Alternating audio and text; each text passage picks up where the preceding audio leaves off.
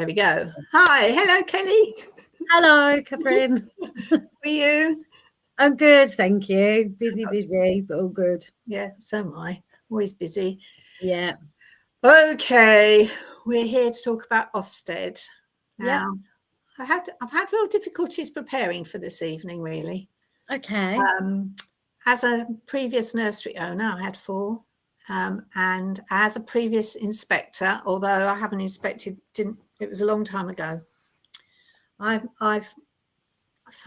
actually feel quite out of my depth in many ways.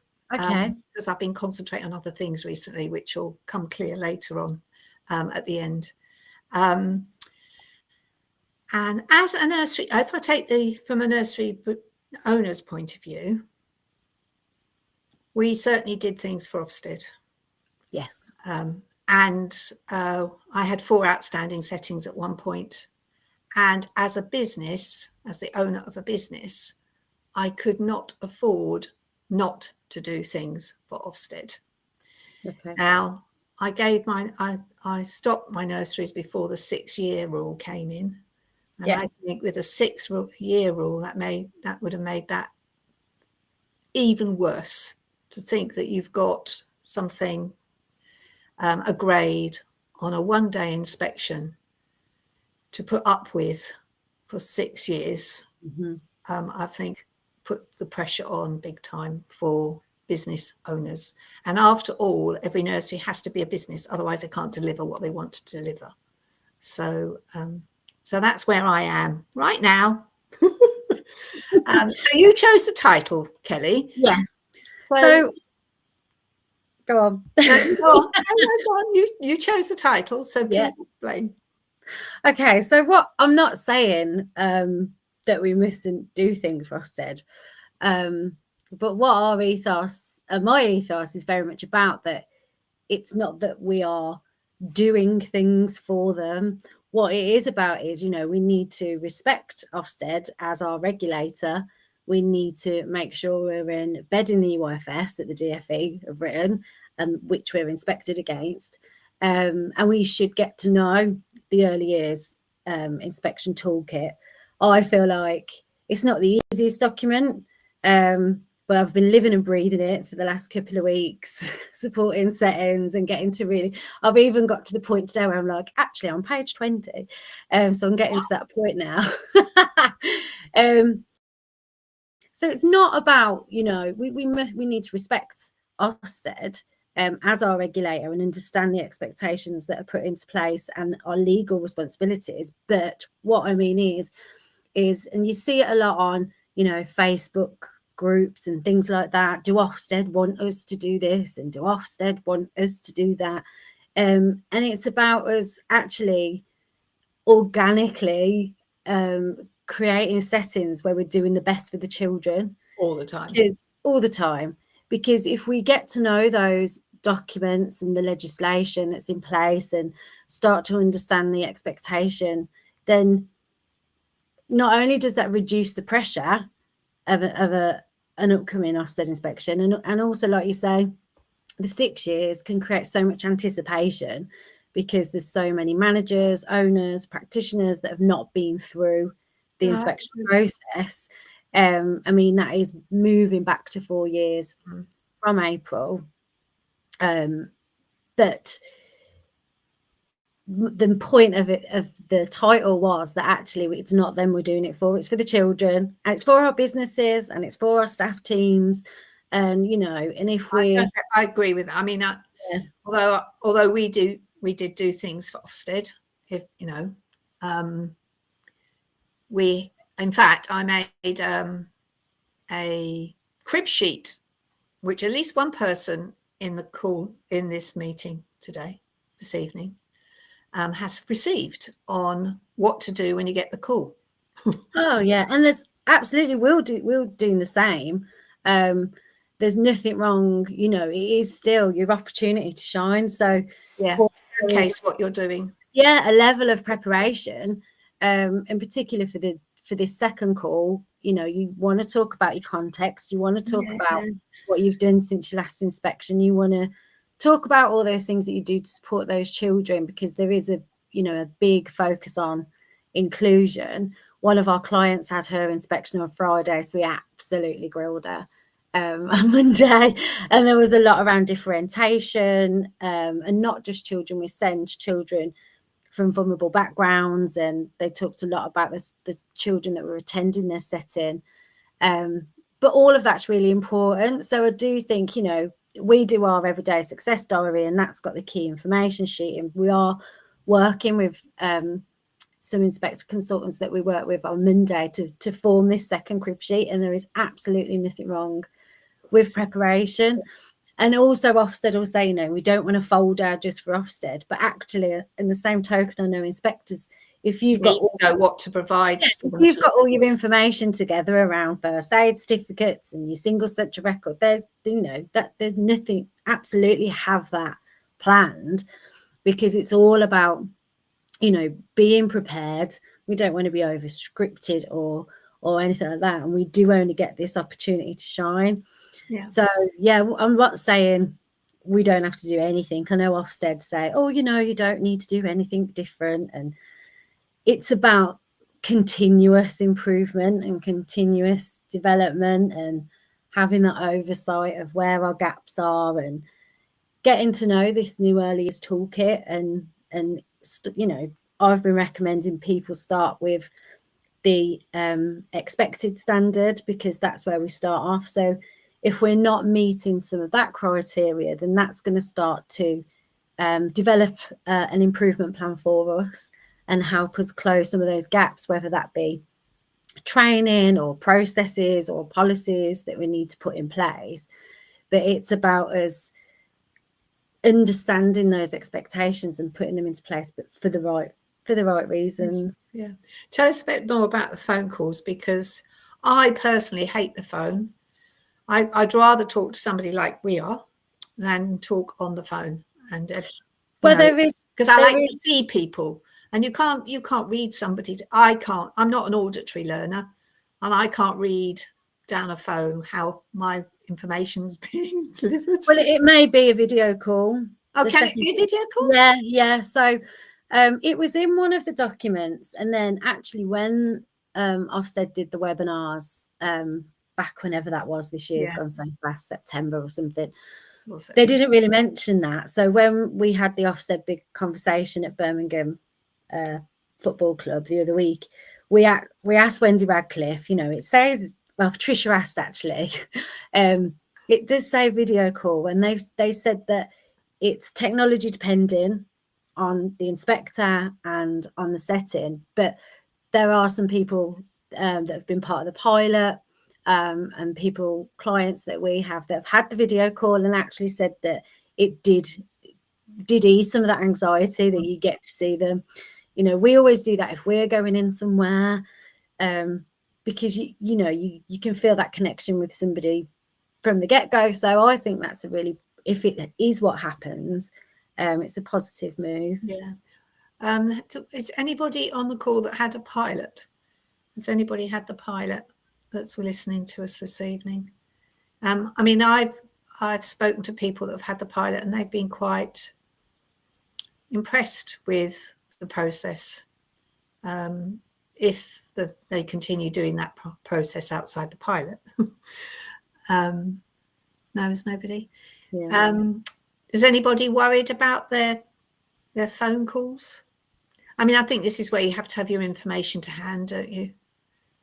Yeah, I think it's good to prepare what you want to say, like you did with your learning walk. It's about making sure, you know, everybody works so hard all of the time, so it's making sure that, you know, you get that across. I've had a lot of people recently on calls literally just spilling it all out, going, do you think this is what we need to say, and do you think we should mention this, and do you think, and at the end of the day, I think what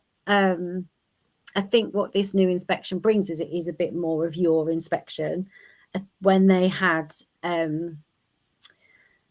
when they had all the consultations and a lot of this came out, there was questions around, you know, should it make an impact on where settings are based, and, you know, whether they're in deprived areas. And I think some of that's been taken on board.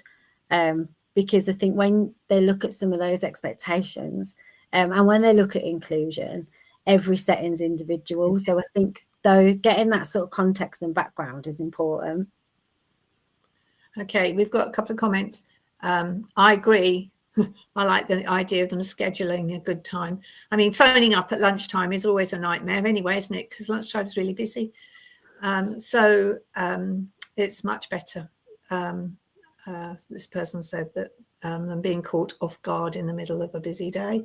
And somebody else, I presume, oh, we've got several comments now. If you don't mention it in the call, they won't look for it or ask for it. Do you mean things that you're talking about that you need to showcase? Is that what you mean by that comment?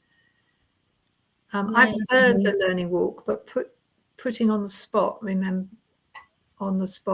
everything. I like that they called before. Oh, someone was in the pilot there. Yes, it looks like, oh, great. Somebody was in the pilot. Okay. I would like a little bit more clarification on whoever it was said, if you don't mention it in the call, they won't look for it or ask for it. So are you meaning if you don't say that you have developed your learning spaces, and then they will be talking about it when they come in to see you? I don't know about, well, if that's the same lady that, oh no, was part of the pilot. And I do think actually sometimes it shouldn't, but I do think it can depend on the inspector. And I think they're still, because we work with some, and the reason was at MBK, we haven't updated our training or anything like that because we wanted it to embed and see, you know, what's really happening. Because I think the information gathering in the different areas is something that the inspectors are getting their head around still at the moment. But maybe if that was the same lady who had the pilot, maybe that's something that they said during that inspection. Yeah.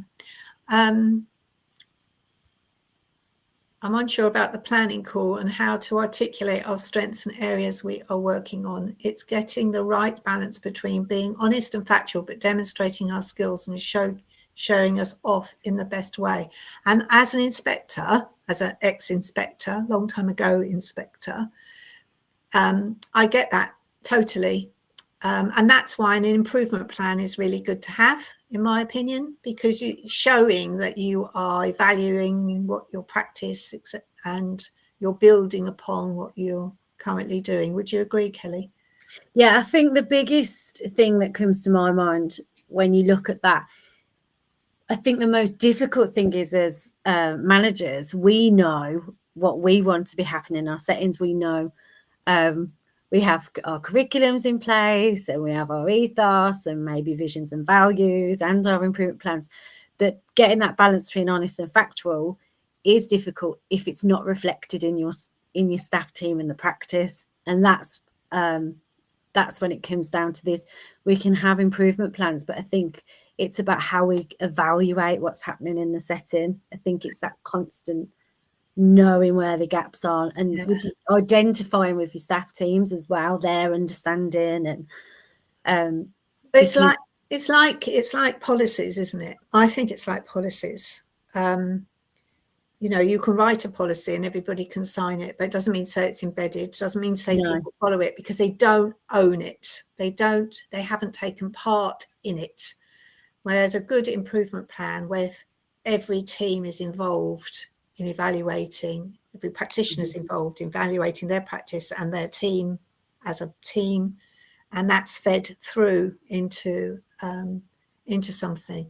And I think that's where, for me, and I've been concentrating on the safeguarding side of life, really, as you'll find out in a short while. For me, there's always been compliance.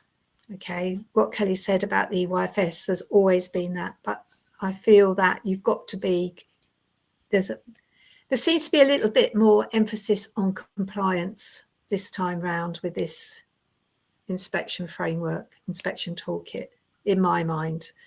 But that might not be true. It might be just that's where I've been concentrating my thoughts. How do you feel about that, Kelly? Well, I think, well, obviously with safeguarding now, it's met or not met, and it's got its own part of the report. I'm thinking of safeguarding in a big, thinking about food, thinking of paediatric first aid, thinking about, there's more, I mean, most of the changes in as far as in my opinion, have been around extra things that people need to conform to. Yeah, and it's funny, isn't it? Because that's in the EYFS, and when you look at the Early Years Inspection Toolkit, it doesn't always necessarily reflect those changes.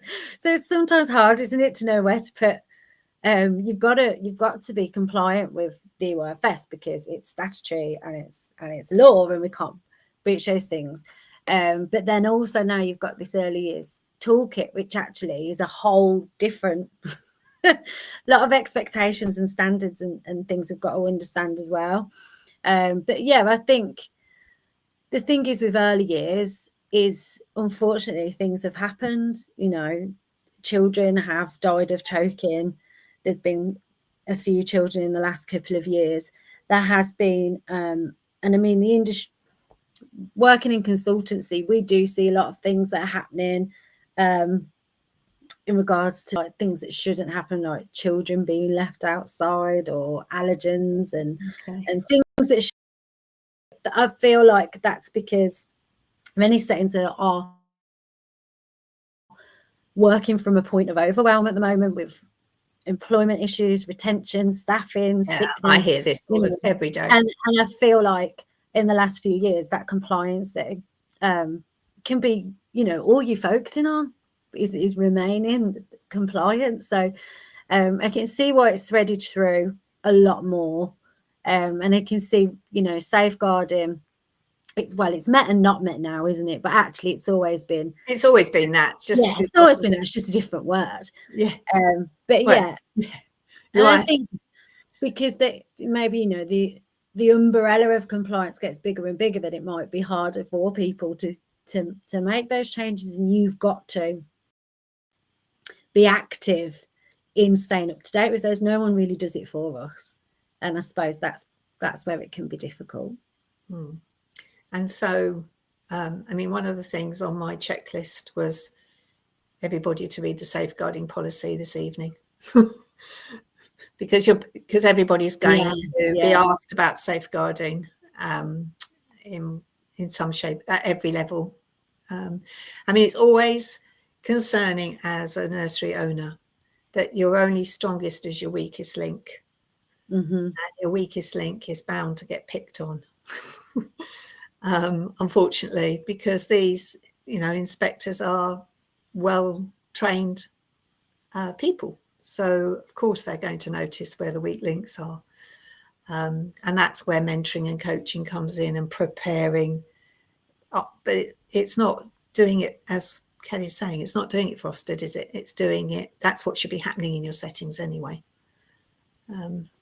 Right, so people have stopped commenting now. Come on. You don't have to agree with me. That's not, it's a debate. We can all disagree with each other.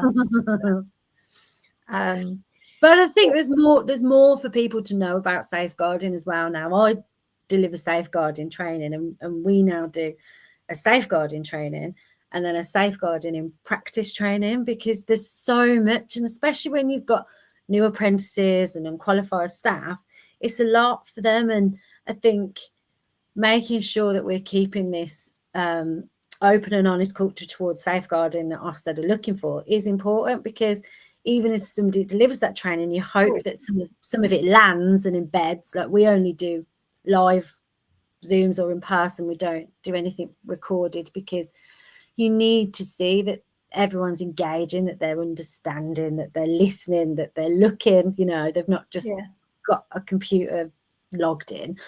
So it's really important. But we do that second one now because it's just so important. And then every day having those conversations, making sure that we're asking anyone if you've got any safeguarding concerns every day, because it means that things don't get missed.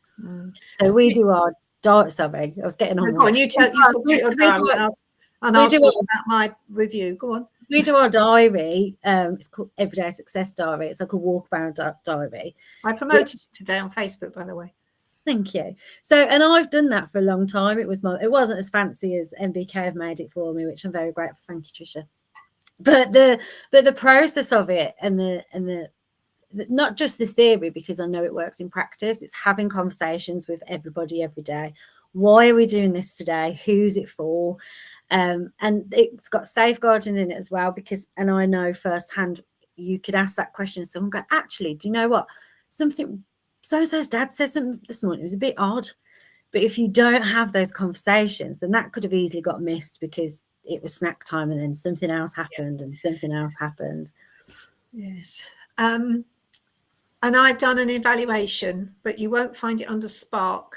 So if anybody would like it, it's an evaluation that you can do about your setting, and it's linked to all of the stuff that we have to comply to. All right. So if anybody would like that, then just email me at Catherine@sparkearlyyears.co.uk this evening, and I'll send it off to you. All right. It scores it all for you. Nobody sees your score but you. We have other scorecards as well, but this one particularly, it's done on an Excel spreadsheet, and it's got a action plan, so you can put your own action plan together. And yes, I'll repeat it, and you can then rescore yourself after you've done your action plan, as it were. So it's Catherine with a C at sparkearlyyears.co.uk. And after we finish talking, there's a little video with our contact details on, Kelly's and my contact details on, so you'll be able to get it from there as well. Okay, and also the recording will come to you via that email, so don't panic. All right. But it's been incredibly popular. We've had lots of people downloading it. So we still have the need to impress Ofsted. Well, I think the bit that's got harder is I made myself some notes, so I didn't forget some things because it's quite important. But this whole, so the language around intent and implementation impact has changed. It hasn't really changed, but then it's the same thing. They've just put words on it. A little bit has changed, though, I feel, because when Ofsted and someone was asking, Claire's on here somewhere, we were at the Ofsted big conversation and they were asked about it, and actually it hasn't, but it kind of has. The more I've got to know the toolkit, actually, the teaching element, so it's now like curriculum, teaching and achievement. And I think the teaching bit is when you look at the expectations, and there's like page 20, because that's where I've got to now that I'm reeling it off. There's this whole page on page 20 about how Ofsted will gather evidence, and it's not even one of the expectations, it's the whole page about high quality teaching. So I've been looking at that with some staff teams just by itself, because actually, whereas before it was your intent, your implementation and your impact, you think your intent is your learning intent, so not Halloween, that was the skills that you want them to learn. So now you're looking at your curriculum, and I do think it gives clarity on curriculum, because people who understanding more, who I've worked with the last month or so, that that's what they're pulling out.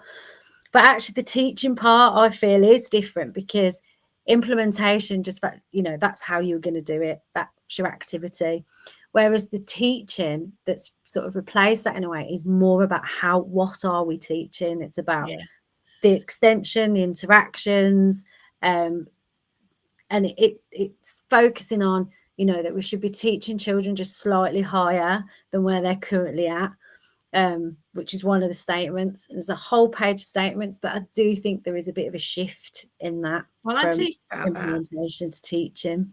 I'm pleased about that, because I've always said it's not about the activity you put out, it's why you're putting that activity out and what you want each child to gain from it. And that's very much around what Spark Early Years software does. It highlights, it scaffolds children's learning, and it highlights to the educator, this is where the child is at right now, these are their next steps, but you you deliver it holistically through whatever the child's interests are, and record that so that you know where to go with the child next. So I'm really pleased about that, and certainly I've got that message from what I've read as well, Kelly, actually. Yeah. But I've always done it that way. So for yeah, me, not everybody does though. for me, that's not new. But you know, the reason why Spark came into being was that a lot of practitioners don't do things intuitively. They actually need that help and support, and they don't necessarily know child development as well as they could do. So, and we don't really want children jumping through hoops. You know, it's really important that the brain's connected up correctly, and they're not being asked to do things before they're ready and then have to relearn things. So I'm quite pleased with that. We've got somebody on the chat that said the training routes of early years workforce means that the challenge has been with the starting competency level of qualified and senior staff. That said, I value the emphasis on experience-based route. That's an interesting comment. I think, I can fully see where you're coming from with that. I think it is a challenge, and I think I've had to certainly speak to some managers when they've been struggling with recruitment and say, you know, I think we've got to, and it's not about lowering our standards and expectations, but sometimes it's like, oh, they didn't answer this question about safeguarding very well, and they didn't answer this question about the EYFS very well, but actually they were really enthusiastic.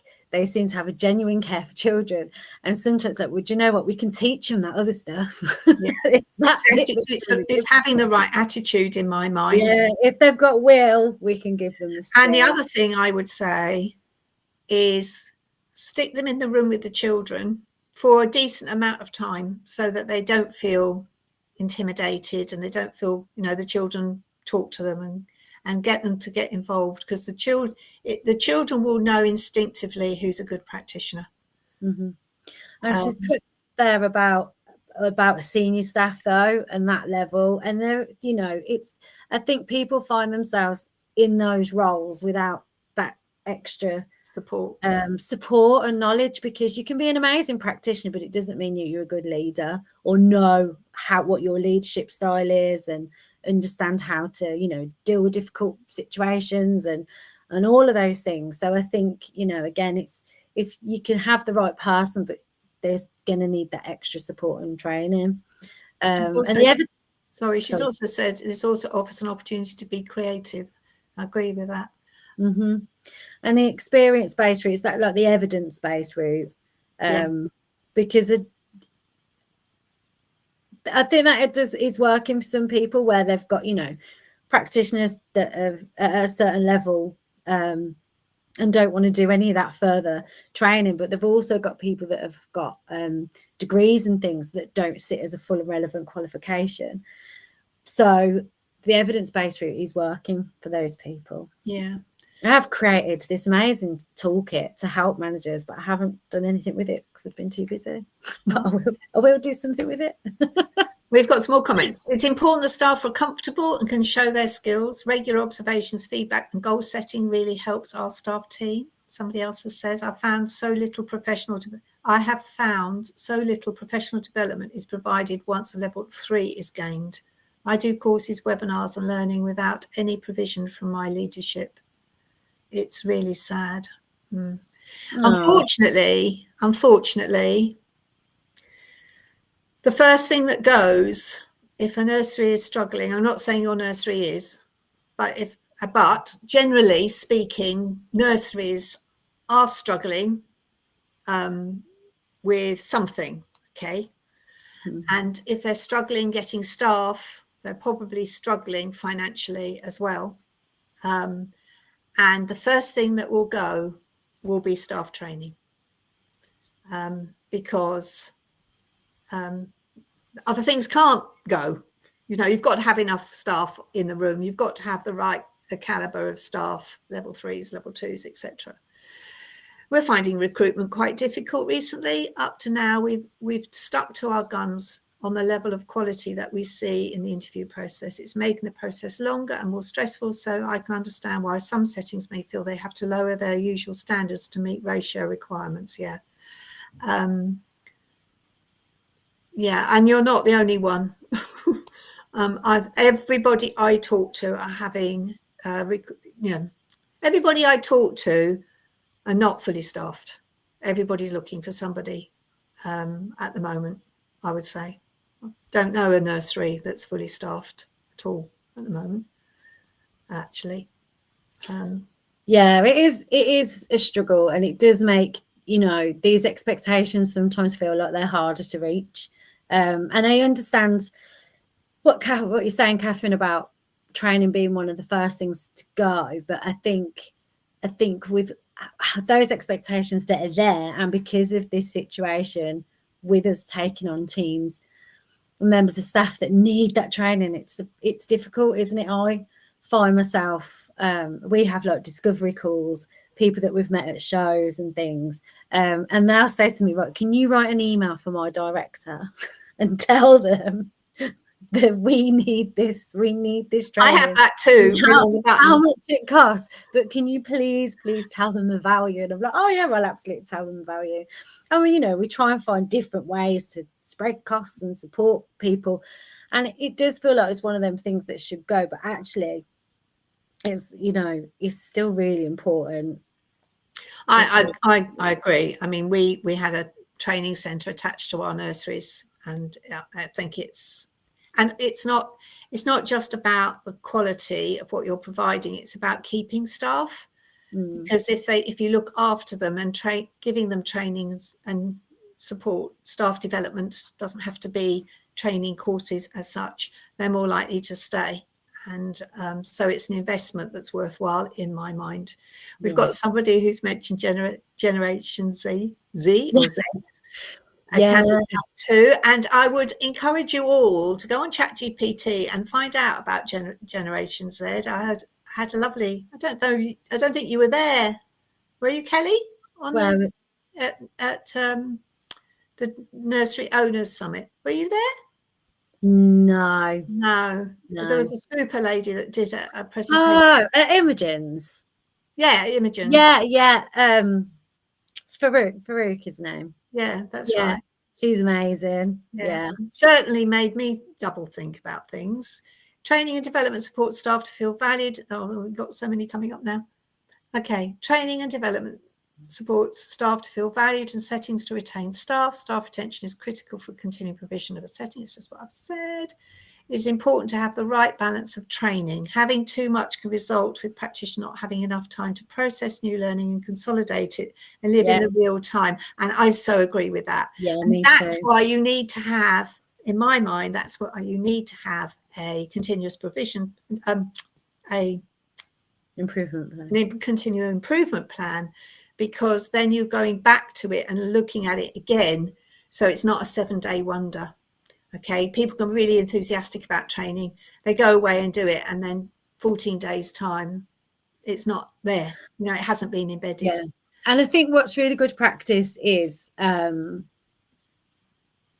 you've had a member of staff go on training, make sure you have a conversation with them and not just ask them, was it any good? Ask them, what are you going to put into place? Like, what is the impact of it going to be? And I always say that with inspections as well. An Ofsted inspector gave it me as advice once, and I always recommend that, it's no good as just saying our staff have done this training and our staff have done this training, but it's like, and so what? Like, what difference has it made? How is it effective? And that's the same for everything we do, isn't it? It's making sure that we're measuring all of the things that we do. And we can take that back to the person that was saying, you need to be honest, but how to get that balance right. Because I think if there's a reason for everything that you do and you can explain that, okay, so we might not be so great on this, but we've put together this to deliver whatever it is that is weak, and we've evaluated that, and we appreciate that we've still got some work to do, and those areas are this, and this.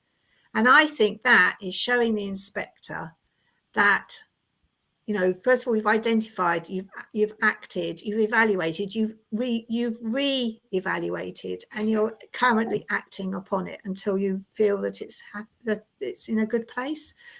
And I think that's the way, in my opinion, that you could get that balance right. We've got somebody else that's got I'm finding it hard to keep a balance of work and life. It's interesting, it's work and life, not life and work, for the team in terms of team training and how and when to deliver this and how to get quality, but also deliver it in a way that meets all learning styles. Yeah, I get that. I used to get colouring books out when in my nurseries, somebody used to go on a training course. They used to come back and they used to have to cascade it to everybody else. With staff meetings, we used to do that. And I would give some of the team colouring pencils and colouring books because their learning style, otherwise they would be disrupting. In my day, I'm 100 years old. The focus was on cascading training within the team. Okay. Well, I'm also 100 years old.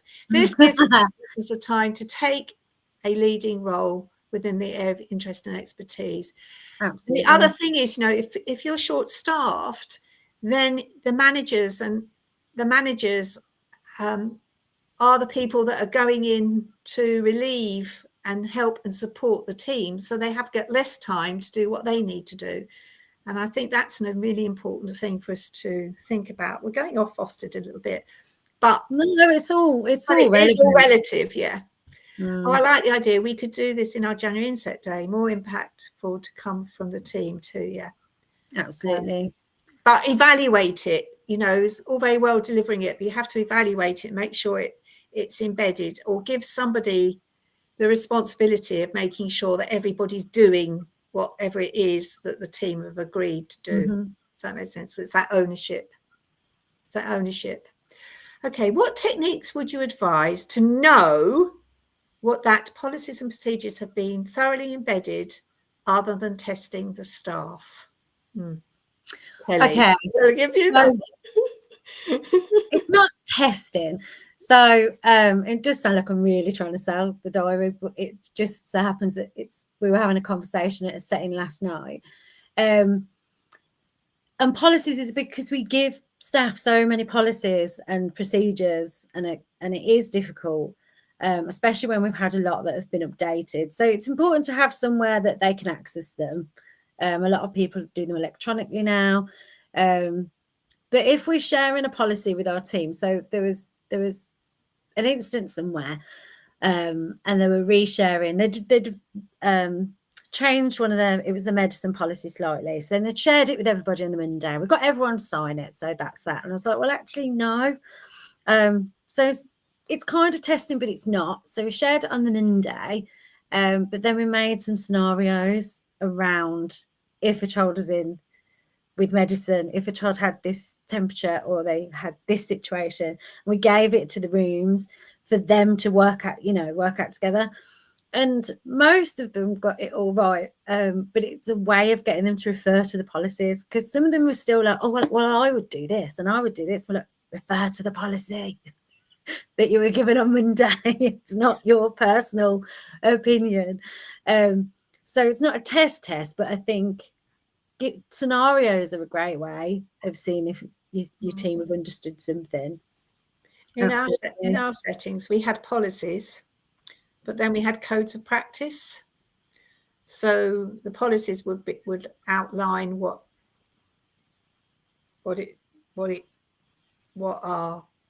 guidelines were, but the code of practice would be about how it was done. And we found that quite useful, because the how it was done, people could relate to sometimes better than reading a policy, which can be quite, it's not a legal document, but it can be quite tough to read. Whereas a code of practice, what it actually looks like, including taking photographs of things, actually helps a lot of people. That might be an idea. Okay, we've got another one here. We've started doing team training sessions for 1 hour each half term, and we've made them a group group activity-based training sessions where we look at themes and areas that are focuses for our nursery currently.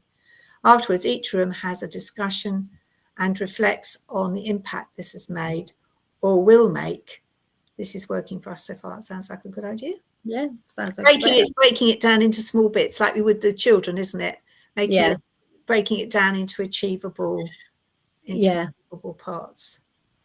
And I do have this managers power hour group, and I think someone who's on here, one of their managers was on there, and we were talking about this with the new Early Years Inspection Toolkit, and we're talking about just breaking it down. It's such a big document, and now you've got all these different areas, and literally just taking one area and going, right, where are we with this? Where are the gaps we need to close? Where could we do better? And bringing that into staff meetings, and is there anything we need to tweak, and talking to the team about it. And so I think, that could be something that you look at in those each half term when you have those things, maybe look at a different area. Looking at my list now. And there is a bit more of an emphasis on staff wellbeing, isn't there, with the new and children's well-being, staff well-being and children's well-being, because you've got well-being as a it's got its own report area. But everyone that I know so far, when they've had that second call, Ofsted have asked if there's any staff in particular that they need to be aware of anything for their well-being. And they have been able to say, there is one person that is going to absolutely crumble as soon as you speak to them, and they'll be like, okay, point them out, and just so I know who that is. Because inspectors that I've spoken to about it, there is this element that they're looking at the typical's a word that they've used quite a lot, and I think is a really positive step, that actually, yes, we have still got that element of weaker team members and it not reflecting what we've said, or reflecting our curriculum and all of these things, but actually we can, and it's that balance of truth and what we're saying. But actually, if we've got somebody, and especially if we've got somebody whose capabilities aren't where they should be, but we've got them on some sort of performance management plan, or in the latest supervision we've pointed these things out, then we can absolutely be telling Ofsted that this person struggles with this thing, or they're not very confident, but this is what we're doing with them to work on that, and that's absolutely fine. But there does seem to be a more of an emphasis on actual well-being, because I think when they brought it in with the EYFS in 2019, I interviewed somebody who works at Ofsted, and I was asking what training the inspectors had around well-being, and actually they hadn't. That only came last year. So now there has been a strong emphasis on Ofsted training in wellbeing and understanding that a little bit more. I mean, it's quite comforting in some ways that things that have hit the headlines, deaths of children or people committing suicide, have actually been taken on board. I think those situations are very sad, obviously, but that's been a good thing, that they have taken on board this. And I hated being an Ofsted inspector, by the way. I hated it. I've never fancied it. Sorry? I've never fancied it. It's because you go in and you lay a load of problems on somebody and you have to walk away. And I'm an enabler. I like to enable. Yeah, that's exactly me. I absolutely would much prefer to be supporting and rather than finding fault. Although I'm very judgmental. My nurseries, I wanted everything top notch, and I'm still like that in some ways, even though I'm not working in a nursery like I was. But we should always be aiming for the highest standards we possibly can, and it matters. That matters. Okay, we've got somebody that's due an inspection soon, and they're trying to work their way through the whole toolkit to become familiar with it and reflect on where we sit within. It's quite stressful for us. And on top of maintaining our high standards every day for the children and the team, this is having an impact on our well-being, and as it feels rushed.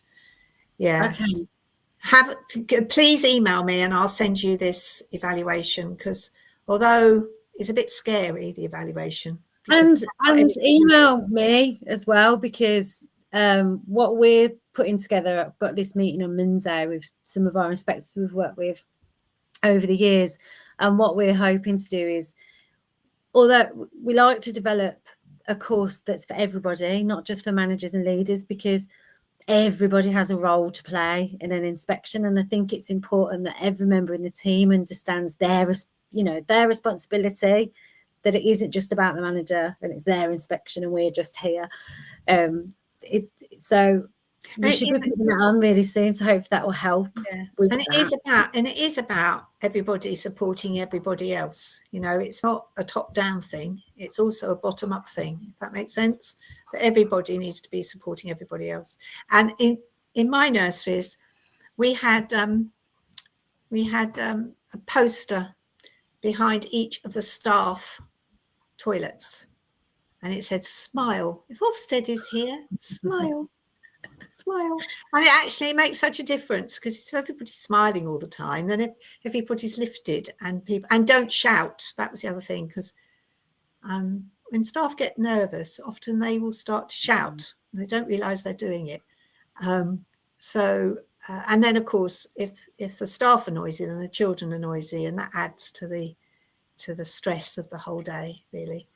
That should happen.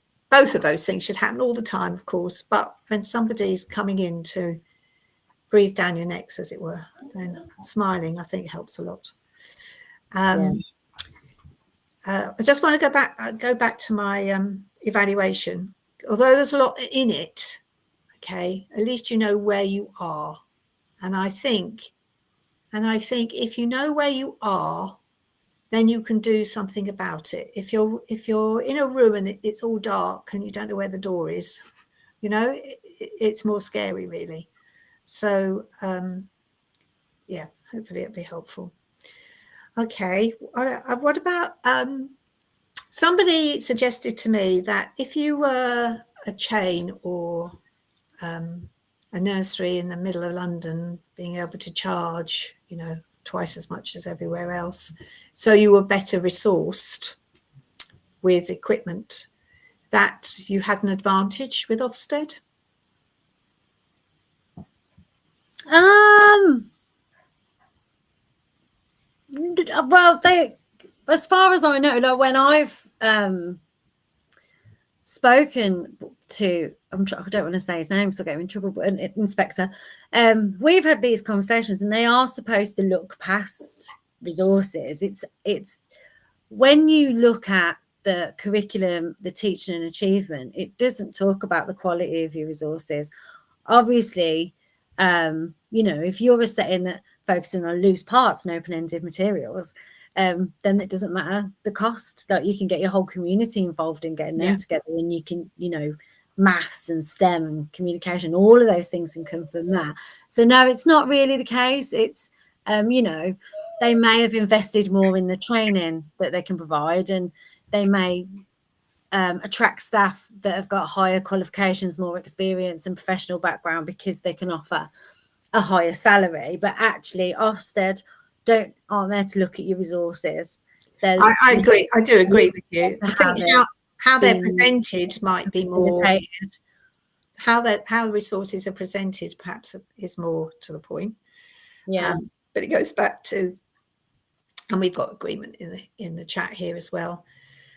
Somebody's actually said they can expect more of you if you're part of a larger organisation. Yeah, I think it is more about the quality of teaching over the resources. But the only thing is that staff know what to do with those resources is what's important. They haven't stopped looking at what it's like to be here for a child, have they, Kelly? Well, it's just slightly different wording, really, because what they're looking at is, because I think the way the inclusion's been threaded through, and they're asking about your community and the children that attend, and they're looking more at funded children, meeting children's needs. That's basically what it is. So although the report isn't set out the same as what it's like for a child at this setting, what the setting does well, what it doesn't do so well, what it needs to improve on. Sorry, it's not the same report. It is in the report card style. I mean, what they're doing with them as well is an inspector told us that actually they're not really going to be publish any of them this side of Christmas. No, because they don't want them being overly scrutinised, I suppose, like people like us, or by other settings. So they're going to do a bigger drop after Christmas, sort of January, on the website of the inspections that have been done. And it's been a bit like that with the pilots. It's been a bit cloak and dagger unless people have shared it with you that you know. Someone's put something there. Yeah, no, one size doesn't fit all, and I think the Ofsted have taken that on board this time round, and that's certainly what I'm hearing from the pilots. And the thing is, and if they don't, if you feel at any time during an inspection that an inspector isn't judging you fairly, you've got the Ofsted Code of Conduct, and you've got the helpline, and you can phone that and speak to them. And I know people that have gone through an inspection and it's actually been not a nice experience, and they haven't called that number, and then they've tried to deal with it afterwards, and it's caused so much stress, and you know, it's better than it used to be. They will listen to an extent, but it can be harder. So if during that day you feel that it isn't justified, some of the actions, and they aren't considering your well-being, or they're not following the rules, then call the number. But from what I'm hearing, you know, the way it is now, without the learn and walk and without your set time for your joint observation, it's less stop-start. So it's more about your flow and your settings. So it's more your inspection, which can be really lovely, but a little bit exposing, whichever way. Yeah. I always said you need to be confident as an owner, manager. You know, you need to build on your confidence. And certainly that was one of our preparations for senior staff. They all had to get in their zone of proximity of being excellent at what they were going to be presenting that day. So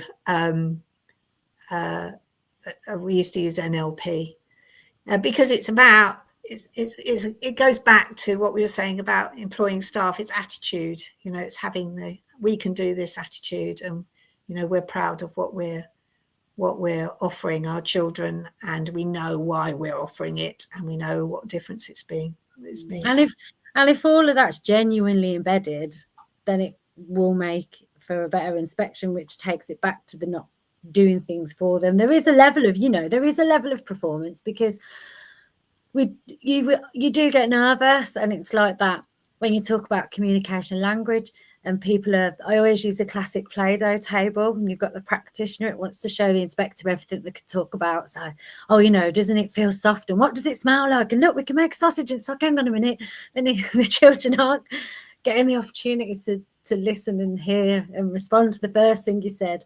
But it's nerves, and but it's that thing of, you know, if we always talk about these things, and we do peer on peers, and we shift our peer on peers to now look at the expectations and the way evidence is being gathered, then it's not always about putting extra pressure on. It's just shifting the way that we, you know, put these things into practice and support people. Because if we try and do too many things that we wouldn't normally do, the children are just out, they'll tell them what we're doing this for. Somebody's written that there should be no surprises. That's always been the case. There should never be any surprises, but it's better, okay, if you're walking around with the inspector, so that's good. The inspector we had was very mindful and conscious of staff wellbeing, and checked in several times to ensure that they felt comfortable. There has been a shift in approach, and I'm really pleased about that. Yeah. Okay. And it's about that professional dialogue throughout the day as well. Because when I was a regional manager, I had a few inspectors that just didn't tell you anything and really held back. And it did make you more anxious. Yeah, no drip, and that's the or one drip, and you felt like you had to mop it up all the time. Yeah. So and I still think that's a good procedure to have. You know, if a member of staff feels they haven't answered something very well, then it's better for them to communicate that to you, so you can actually explain it in a better way, maybe. And you know, we can have all these things in place, but there's nothing stopping you from doing extra things. Like I used to go into the room afterwards and go, "What was you asked?" No, that's what I mean. And then it'd be like, telephone system. They phone up to the inspector left the room. Running around and a bit of, you know, everything's coming next.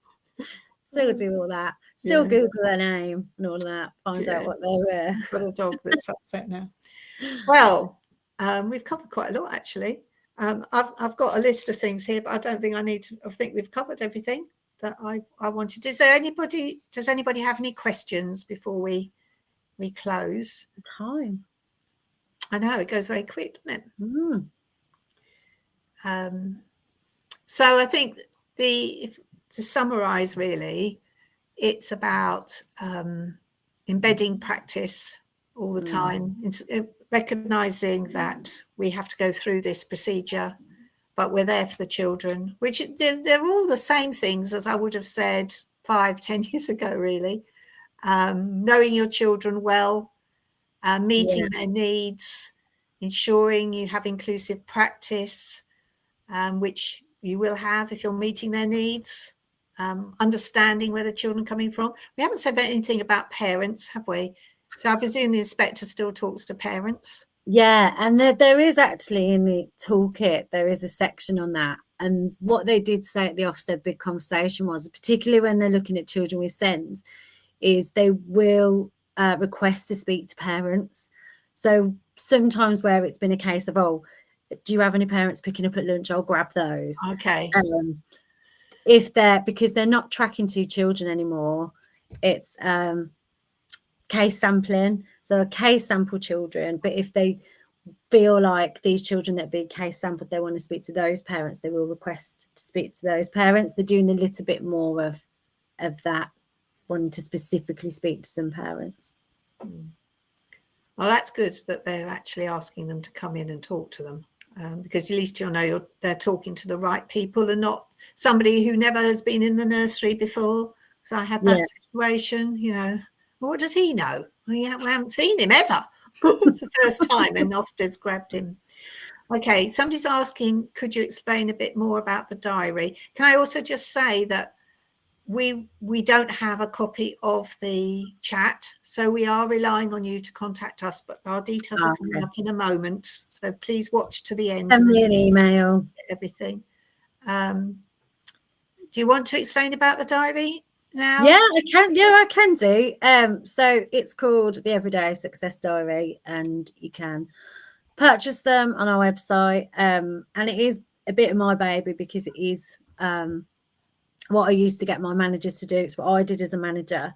And it is all about self-evaluation. There's a section where we're asking why now every day to all the members of staff. So it helps us to understand if our curriculum is being effective and if it's being understood, because you're having those conversations and asking the staff, and you might be thinking, oh, actually, I think they're really struggling with understanding the teaching element or understanding this part of the curriculum.